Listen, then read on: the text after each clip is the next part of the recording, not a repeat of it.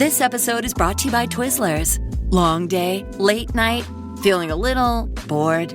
Twizzlers is the ultimate sidekick for any moment of the day, no matter what kind of day you're having. The perfect level of sweet and a fun excuse to sit back and relax. Unwind with Twizzlers. To buy now, visit Hersheyland.com/Twizzlers. If you're thinking, I should go for a run today, but it looks like it could rain, Sierra says save on epic rain jackets. If you're also thinking, but I can't go out in these beat-up old running shoes, Sierra says save on top brand running shoes. And if you're still thinking, but I'm also busy performing brain surgery, well then we say, you really should have led with that. Sierra, let's get moving to your local store, like now. Go!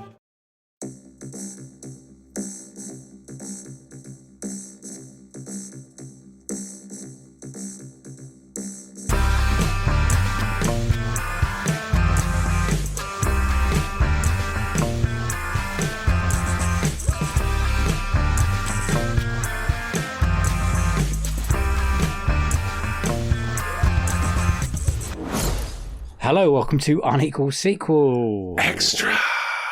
Hello, everyone. Welcome to the annual, weekly. It's not annual. That'd be yearly, right? I mean, it'd be very easy to do if we did an annual podcast. An annual, once a year. I would say we're not even weekly. We're twice weekly, sometimes 3 or 4 times weekly. Last week we did 4 episodes, Rich, and it nearly killed me. So... yeah. Let's go. Anyway, hello, welcome to Unequal Sequel. We are the podcast-based sequel podcast. Oh, it's been a good start already. I'm fine. I am. I've nailed this. It's going fine. It's going to be fine. We are a sequel-based podcast. Your favourite, maybe. Maybe not. And that's fine with us. My name is Dave. And that other voice you can hear, that's my podcasting pal, Rich. Say hello, Rich. Hello, Rich. There he is. Oh, mate, I could see all the emotions from inside out too.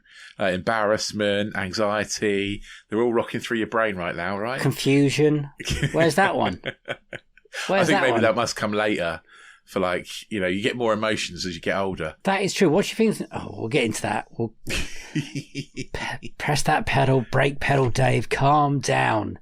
It's a marathon. It's not a sprint. We are reviewing the sequel to the 2015's Pixar film, Inside Out. Yes. This one is called Inside Out 2. Nice and simple. No colon, nothing. Inside Out 2. I like it already. Rich will give you a nice little... Can you do an update? What happened on the first one? Can you remember that? It's quite simple. Oh, mate, come on. And then he'll do a synopsis of the second one. So let's all just sit back and relax and enjoy this.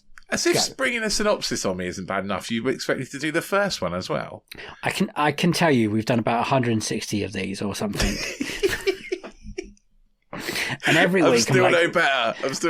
What happened in the first film to try and connect A to B to C to D to E? I'm sure like most people have seen the first one, right? Yes. Yeah. Yes. So I don't have to describe it too much, but essentially it's what happens inside a young girl's brain, and if her emotions were personalised as little characters. And she's about, 10 at that point, or 8? Younger than that? She's 13 in the second film. Yeah, I would say... Yeah, I would say probably 8, 7 or 8, 8 or 9 maybe. Yeah. About a similar age to George, I'd say, 8 or 9. And now she's 13. So at the end of the first film, she was joining a new school. So obviously that... Yeah, this is the... Yeah, that's gone well. She's made friends and that kind of stuff. And now she's 13. Whoa. And the puberty button has gone... Burp, burp, burp, burp, and suddenly there are a load of new emotions. And this is about how the old emotions deal with the new emotions, what happens, and the result on Riley. I don't want to give too much away, but it's hard to do, really. I mean, the IMDb synopsis is incredible, by the way. Do it. Show it to me. Follows Riley in her teenage years encountering new emotions. I mean, she's not wrong. It's not wrong. I've also made the IMDb a she. IMDb is now female, apparently. Fine. But yeah, one line. helpful. So yeah, there are related new emotions. There's 4 new emotions. They are anxiety, ennui, embarrassment, and envy. And I remembered those because my son asked me about them today, and I told him because he asked me what the different emotions were. What's anxiety? What's ennui? So I had to describe what those things were. And do we like any of those feelings relate to you at all? Well, I think they probably do. So I think this might be a good one for him to watch. But okay.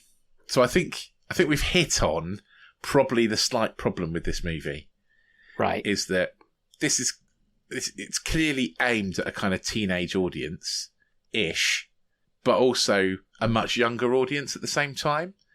Like, so the way that it's animated, I would say it's for a younger audience. Oh yeah, they love it. It's colourful. Yeah, absolutely. It's for a younger audience. However, it's a younger audience who probably haven't experienced most of these emotions. They're more emotions you get as you get into your teenage years. I think teenagers would probably dismiss this movie because it's too young. Yes. So I'm not sure it quite knows where it's aiming at. Yeah, I agree, absolutely agree with you. Plus, I was like, did I have anxiety when I was 13? And I was like, well, I was trying to describe all these feelings I had to my wife. She's like, well, that's anxiety, you idiot. And I was like, oh, right. Then they cracked it. I was like, because I was like, well, I don't think we had any anxiety when we were 13. You know, life was pretty simple. And then I described, I was like, you know, going through high school and whatever. And she's like, well, that's anxiety. I was like, oh, in that case, they nailed it. I would say George is 9 and he has anxiety, definitely. Yeah. Anxiety is a big part of his life, yeah. I mean, embarrassment's going to run riot 100% embarrassment is a very teenage thing. Envy, I think you can have envy earlier than being a teenager, though. Like, I don't think it's necessarily a teenage thing. You know, kids get jealous of other kids and stuff, don't they? Yeah, and what was the other one? Envy different to jealousy? Ennui. So ennui's kind of like boredom. Like, I can't be bothered. And the sarcasm. You know, that kind of like encapsulates that whole teenage angst, kind of like, maybe? Ugh. No, not angst. I think angst is more like anxiety. Oh God, you see, this is where I was going wrong, Rich. But I'd say ennui is more like, can't be arsed. Okay. You know, in The Simpsons, where Lisa says to Homer, we're the MTV generation, we feel neither highs nor lows. And he says, well, what's that like? And she goes, that's kind of ennui. That is also true then.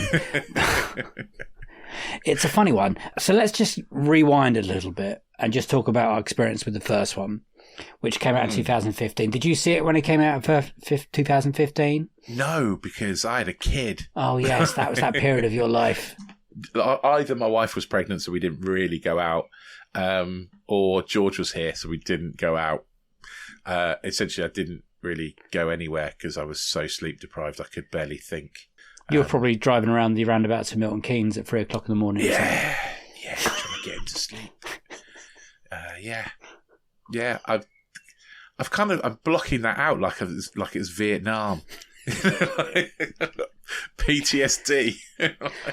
Quick story. I was once, my first time in Milton Keynes, driving around with Rich because I just moved to the area and went to the cinema, and he knew those roundabouts like the back of his hand, and to me they all looked exactly the same. Well, try driving around them at 3 o'clock in the morning literally every day for your life, you know, for the first like a whole year. I was once so tired, like when George was born, I was so tired that I got to work and it got to about lunchtime and I looked down at my feet and I had one black shoe and one brown shoe on, and it took me to lunchtime to even notice. It's a statement. One was pull on and one was lace up. Oh, wow, that's the difference. I was so tired, I didn't have a clue. What job were you doing at that point? CEO of Citizens Advice. Okay. Yeah, so nothing important. No, not giving any advice anyway. So do you remember seeing Inside Out as the first time, or is it now just blended in somewhere? I remember seeing it, but I don't think I watched it and for quite a while after it came out, to be honest. It probably would have been one I watched with George. Okay. When he was probably about 3, something like that. So he didn't know what was going on? No, but he just likes... Colours. Bing Bong and the colourful characters and stuff. And we've watched it a few times since then because it is one he really likes. Oh, that's So good. he is really like, and as he learns about his emotions, because the emotions for an autistic kid are somewhat different to other emotions, it's a helpful one to watch to Try and help really describe what's Yeah. going on inside his... Yeah. Well, even in 2015 when I was watching it, that first one, and it broke me, especially the Bing Bong thing. I went to... I had I think it was when I had that old job and I was signing in people for BAFTA screenings. Oh, right, yeah. So I went and saw it in a nice little cosy screening room somewhere in Soho, and it was 3D. And it was the one when Terry Gilliam came along and he was picking 3D glasses out of a box, and in front of him was a Brazil poster. And then he looked at me and he went, "That's a good film," and then walked in. Legend. Yeah. Like that. And I was like, one of those moments that no one else is around. I'm like, did anyone? No one saw that? Just for me. Lovely. Anyway, that's where I saw it. And I remember it was a few screening, like, critics were in their stuff. A lot of tears. I actually remember hearing people cry and sob a little bit. At the end, we're all like, normally everyone gets up straight away to leave, but everyone had to have a moment of just bring yourself together. It's going to be fine. Cartoons are not meant to make you cry like this. But at that point, I think Pixar were doing good things and great things. And for years since that's happened, there have always been murmurs about a sequel. Like, when's this going to happen?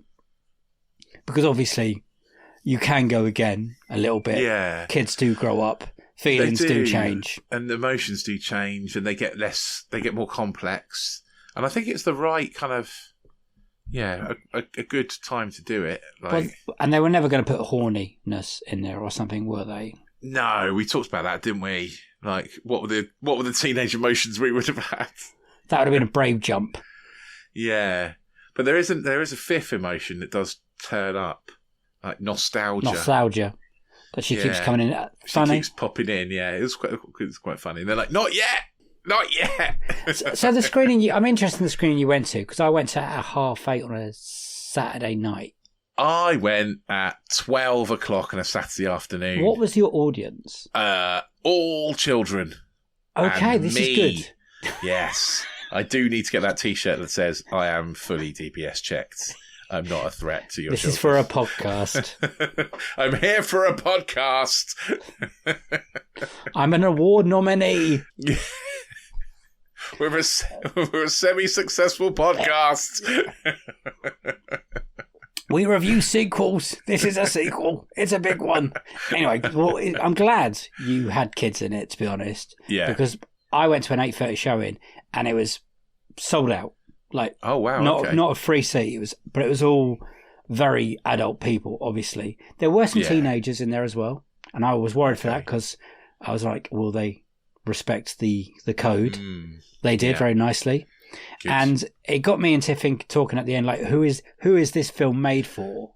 Yeah, who is this film made for? Because I couldn't answer that either. I do think it's important for kids, like you said with George, it helps describe what's going on in their bodies and their minds at that time. And it is a fucked up time in your life. It's when you look back on it, wow. But I think if you're a kid who's at the age of like that puberty stage, that first start of it, this is too young a movie for you. Oh, well, you'd be on Wii. You'd be like, ugh. Yeah.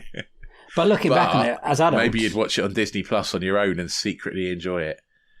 Well, that's good. That would be good. Wouldn't watch it with your mates, necessarily. It was a U though, wasn't it? It's a U, yeah. There was no adult content in there at all. I think it said very mild peril and rude humour. I think I remember reading that on the thing. Yeah, I agree with that. I mean, I love the first one. I think it's one of Pixar's greatest films. It really does hit a note, and that, especially the note that really kicks me in the nuts is the Bing Bong scene when he's like, take it to the moon. Yeah. And I think that's so beautifully, brilliantly done. I think most of that film, Inside Out, is just a triumph. Especially the Joy character, the Amy Poehler character. And coming to this one, I'm still not sure where I land on it. Okay. it didn't connect as well as it didn't connect well at all. Oh, really? Compared to the first one. Oh, wow. I had a pleasant enough time. I didn't laugh massively. You know, I let out a few like that, but nothing that really grabs my attention, and nothing really, even thinking about it now, grabs my attention or impacted me in any way like the first one did. But then I was like, maybe this isn't aimed at me anymore. But then I had that discussion with Tiff afterwards. Oh yeah, about the anxiety thing, because I was like, I didn't have anxiety when I was 13. I felt like this, and this, and she's like, that's just anxiety. It's just anxiety, you idiot. So, you know, okay, I've got that now. Yeah, I definitely. I didn't quite get to the point where I shed a tear, but I was definitely a bit like, oh, at the end. I wasn't even close to shit. I wasn't even close. And I'm the crier out of us two. You are, Rich. Yeah, that's true. The crier and the jumper, that's you. Neither of them happened. I would say, I think this movie is good. It's better than fine. It's not great. Yeah. It's good. I thought it was good. I think that there are parts of it which are very, very good, but they are attached together by bits that are meh. You know, it's a really up and down kind of movie. I felt. Yeah, I thought Maya Hawke. She was great as anxiety as the new characters. It was. I read a while ago that Bill Hader wasn't coming back as Fear because something to do with money. So they've replaced a couple of the characters Hale instead. Tony Hale's not bad. I didn't really notice. So it's Tony Hale and Lisa Laparia, I think, are the new ones. So Disgust and Fear. Yeah. And a bit I really like is when they get discussed to like do the analysis of like the eyes changing on the two. I think that's like and the disgust of the other child doing the same thing. And I liked that bit. And I was like, oh, okay, this is good. But then because it's such a massive ensemble, it's really hard for everyone to get their bit, isn't it? Like, you know, and again, I feel like Fear and Disgust get kind of shoved to the side a bit, really. I always love it when they go into someone else's head and do the whole... Yeah. That's really fun. Yeah, I like that. And I don't know, I guess, like, I think that anxiety is a really kind of good character. I think the other emotions are nowhere near as strong. So it's very much the joy and anxiety show, isn't it, really? Yes. And actually, I think the best bits are the Riley bits, potentially. Yeah. Like, you know, the strongest bits are where there's actual real emotion and Riley is actually feeling those emotions and, you know, being confused and relating to kind of that awkward kind of time when your friendships change and you meet new people and you're keen to impress but don't want to lose your old friends. And it's really, you know, it's all that kind of really kind of hard, difficult kind of stage of your life. Yeah. And you're trying to deal with all this crap all at the same time.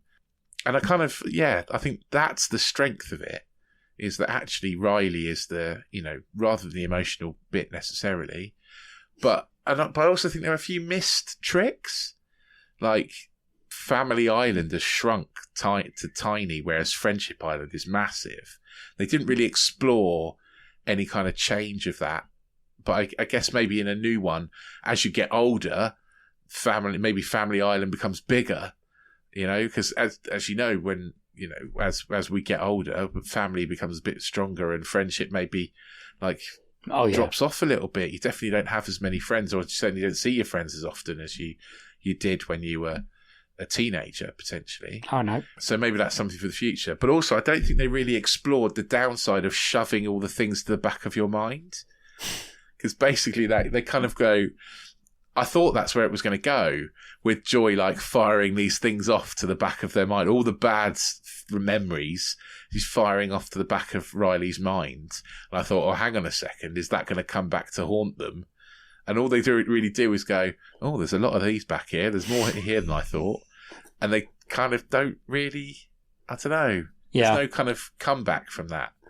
I don't think the adventure from the front of the mind to the back of the mind is as strong as the first film. No, if anything, and it's not, okay, this is a weird, it kind of felt, and you're not going to like this, analyst, it kind of felt a little bit like there's a part in Tron Legacy when they just get on a train, take them from A to B, and it takes away like all the danger and everything. Yes. Yeah. And you think that, well, anyway, there's a bit like that, and I think this film kind of has that. There's no real, to me, no real danger of what's going, like, fall into the abyss like Bing Bong does is a big, scary point in the first film. Okay. So I got the big scary point as being the anxiety storm, essentially. Well, that wasn't until the very end. No, it wasn't until the very end, Well, true. but But can Riley ever overcome this crippling anxiety now?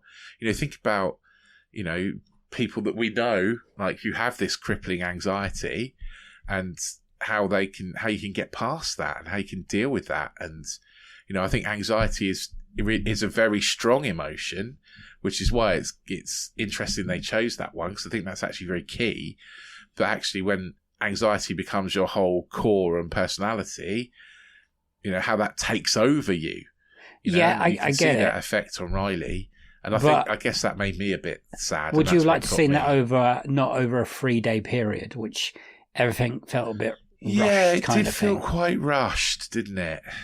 And I know they have to take a snapshot because Yes, that is true. that you can't. This movie would be too big to like do over a long period of time.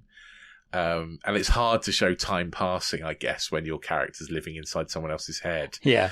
But yeah, I think it did feel, in places, it felt very, very flat and very nothingy. Yeah. And in other places, it felt very kind of poignant and very emotional. It was a ride. And I feel like the reason it's not quite as successful as the first one is that it wasn't that emotional ride all the way through. And you're right, there wasn't that jeopardy.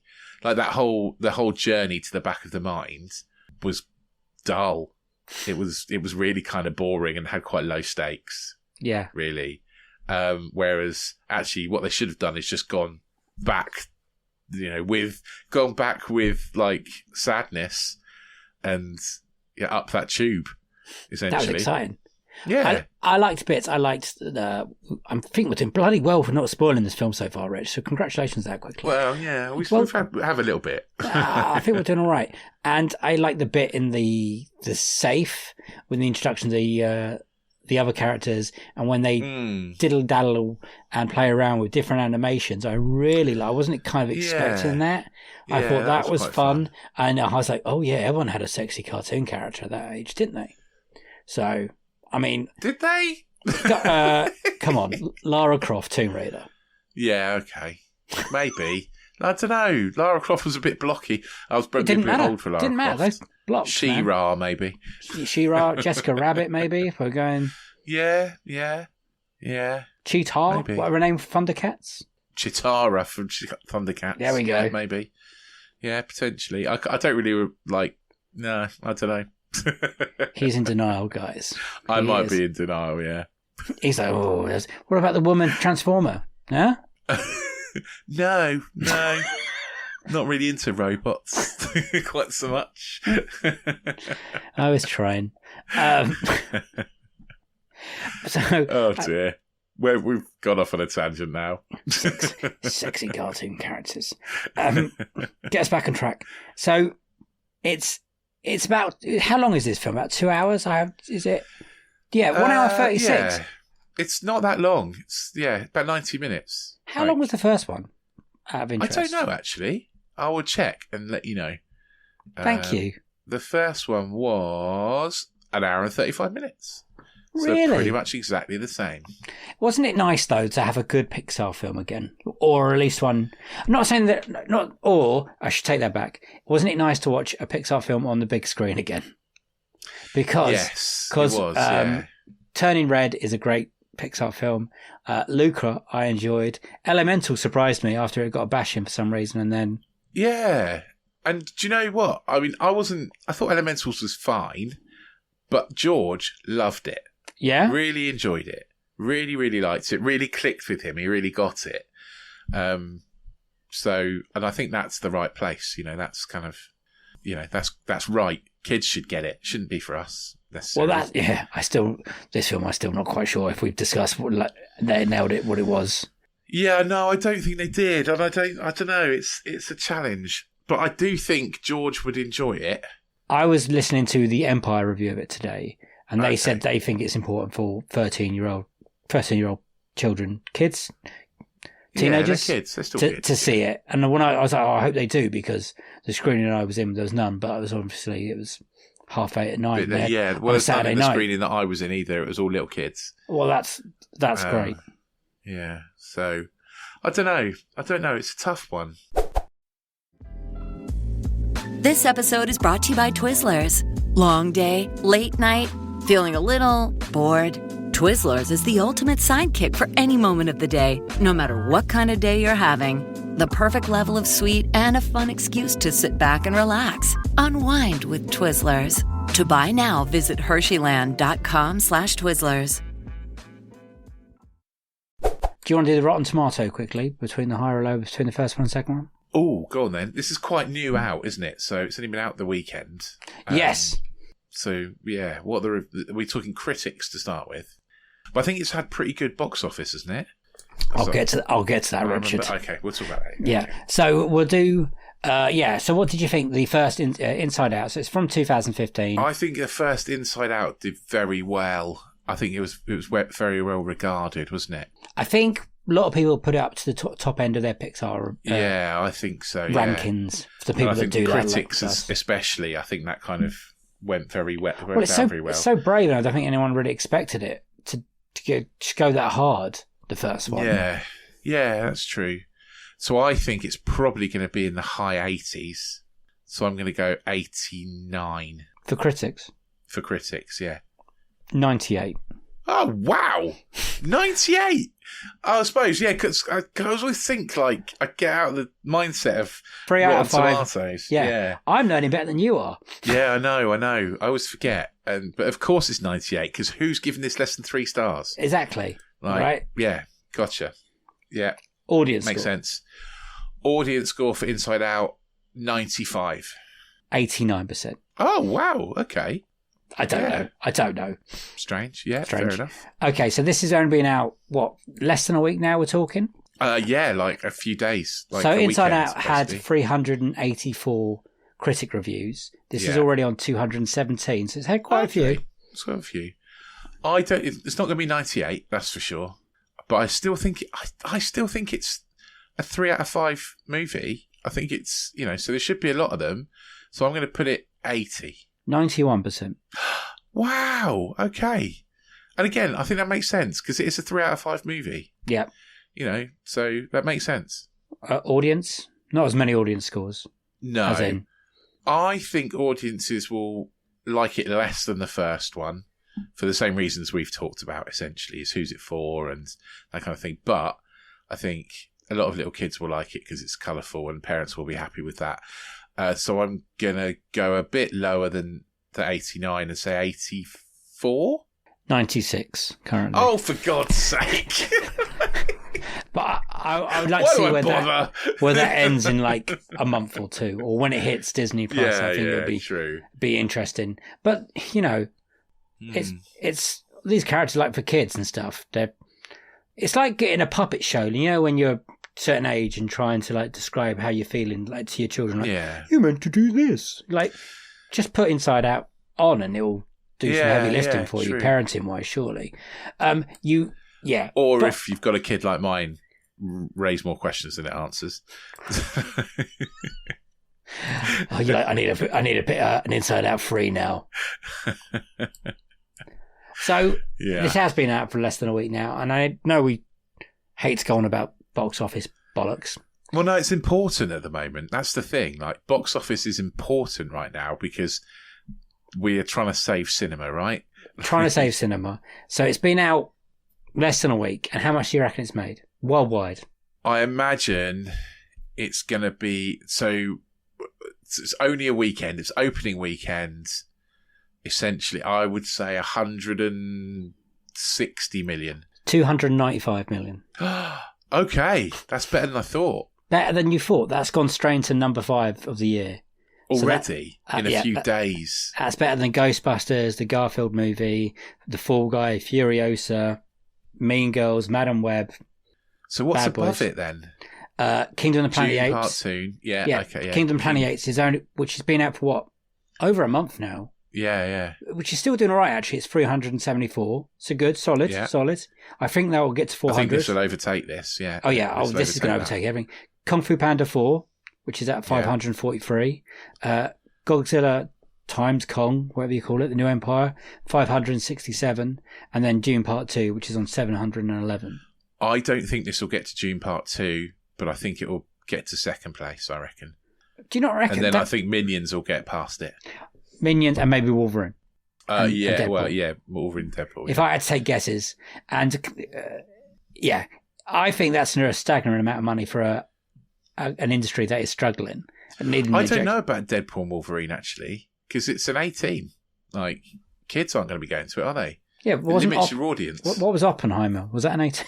I don't know, but that was different times a little bit. Different market, I guess.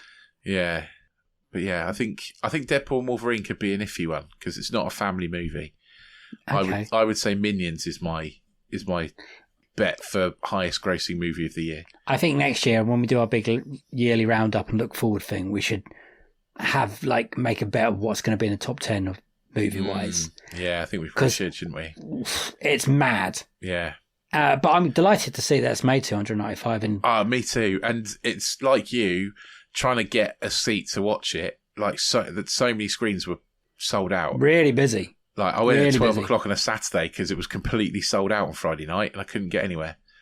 Like unless I wanted to sit right in the front row in the corner, which I didn't. So. Are you sure? Yeah, or one of those bed things where I would have just fallen asleep. Was anyone in the bed things? Yeah. It was all full. When I went, it was basically all full, and I managed to get a seat right at the back. Luckily next to the disabled seats, so I was separated from all the other children. I say other children because I'm a big child myself. Yeah, good. I find those bed ones a bit icky. Me too. Too. I don't mind the seat. I'm not a fan. I go to seats with the Lux that goes, and I love that. Big lazy boy sofas, brilliant. Yeah, I don't want to go lay on a bed and no, cuddle up. Weird. A big leather bed as well. No, it's weird, isn't it? On Twitch, inside that too. Oh, when you say it like that, oh Jesus! You're trying to get a girl to go on a date with you, and then you accidentally. Oh, I didn't know. Luckily, I haven't had to do that for a long time. No, me neither. But it'd be hilarious. Oh, it was the only seat trying left. to get a girl to go on a date with me these days, I'd be like, "Shall I fat middle-aged men?" Don't sell yourself. You're a gent. You're a scholar. You're an absolute diamond of a guy. But luckily, neither of us to worry about that. Thank God for that. Until our wives inevitably leave us for being losers. Yeah, it will happen any day now. So, let's talk unequal sequel and a score of this bad boy. Yes. So, okay, unequal sequel. I think it's pretty obvious. 100%, it's an unequal sequel. It's not as good as the first one. What's the drop? I don't know. I might That's say. hard. I think Inside Out might be a 5 out of 5. I think it's a classic. Really, it's up there with Toy Story 2. Full 7 out of 7 for you. I wouldn't put it quite there, but it is a good. It's a good one. I'd say it's like a 6 out of 7 for me. Inside Out 1. So it's definitely an unequal sequel. I like The Good Dinosaur, so that made me cry. It's all right. So and again, I think this movie is okay. It's not fine. You nearly said it's fine. Better than fine. I nearly said fun. fine. It's better than that. It's good. It is a good movie. So I'm going to give it 5 out of 7. 5 out of 7. No, I'm not. I'm going to give it 4.5 out of 7 because I think 5 is too much. But I do think it's a good movie. It deserves positive reviews. You're going 5 out of 7. 4.5 out of 7. 4.5 out of 7. I'm just going to check the ratings. I've made it to quite a far few and see how generous we've been. What else have I given? Oh, God. You gave Shazam! Fear of the Gods 4 out of 7. 4.5 out of 7. This is better than that, yeah, so that's fine. But you gave it 4.5 out of 7. No, I gave this 4.5 and I gave Shazam 4. No, you gave Shazam 4.5. Did I? Yeah. Yeah, I was wrong. Okay. I could be wrong.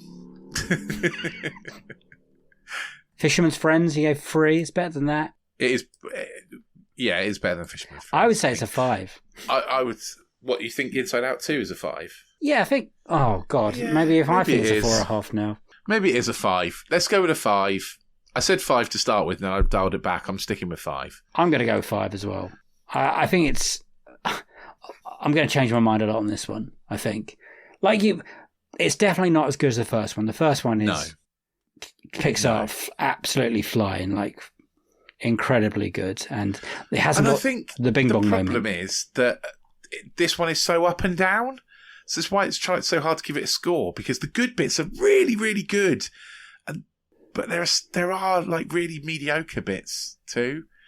It's like there are really, really good bits stuck together with just meh, Yeah, I do know. I think this is. We're not really critics in the end of the day, but I think this is very much. You can watch certain films and go, you will not enjoy this. This is going to come very much down to your personality and how you connect with it, I think. Yeah, I think so too. There is like I say, it did start to get me at the end. I didn't quite get to full on shedding a tear level, but I did get a bit, anxiety and all that. You didn't want the little kids to laugh at you while you cried in the corner of a cinema by yourself. Oh, mate. If I'd worried about that, then I'd never go out of the house. Yeah, so it is a 5 out of 7 from me and Rich. I think we agree on it. I think so. Yeah, it's a good film. Go and watch it. It's a good film. Take your family. They'll enjoy it. It's 96 minutes. If you haven't got a family, take someone else's. Don't do that. You'll get arrested. Get their permission to take Get their permission. Don't just steal children. Oh, God, where is this going? Yeah. We should probably wrap this up now, right? Yeah, go for it.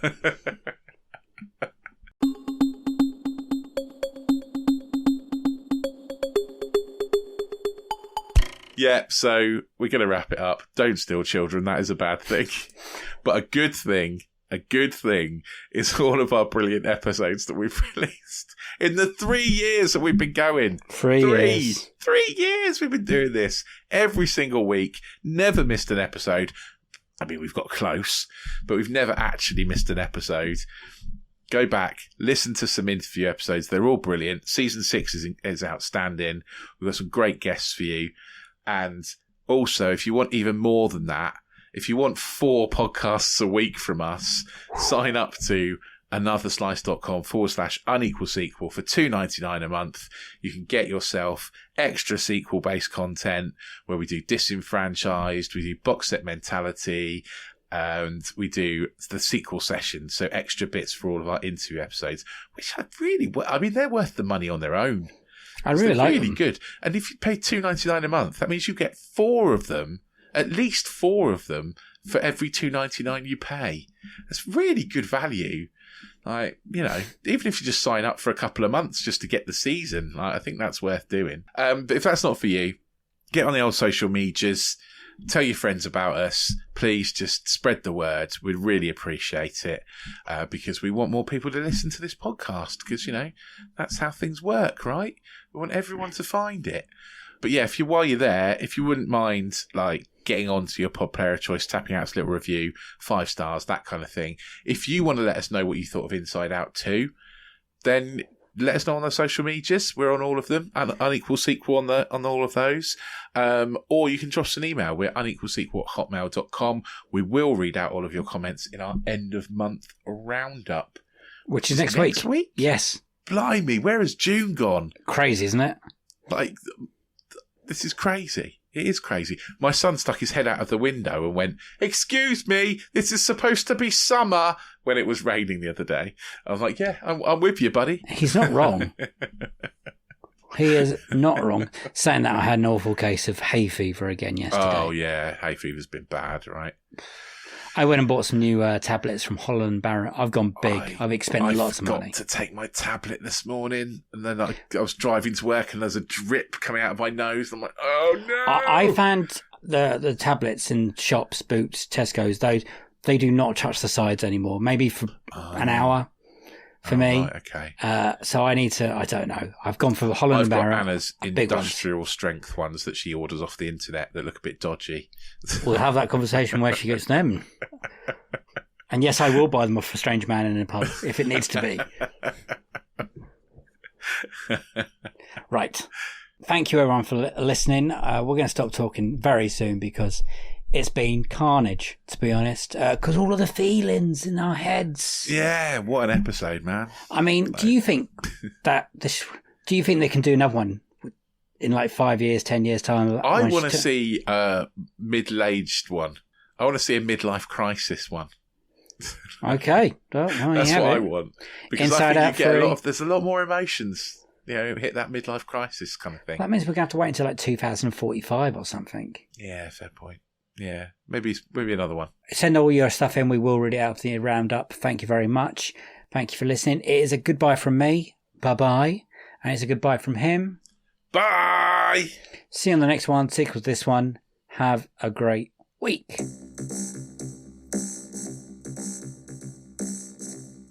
I just want to see a film where it's just all the different emotions in people's heads interacting with each other, kind of like, I think that would be fun. I think that walkie-talkies. Well, not necessarily, but like they do in this, where they're like, they're all saying, they're not necessarily interacting with each other, but it's kind of cut together like that. I would watch it. I like those bits. Yeah, I like when they got anger with a tash, and that made me laugh. See? Simple things.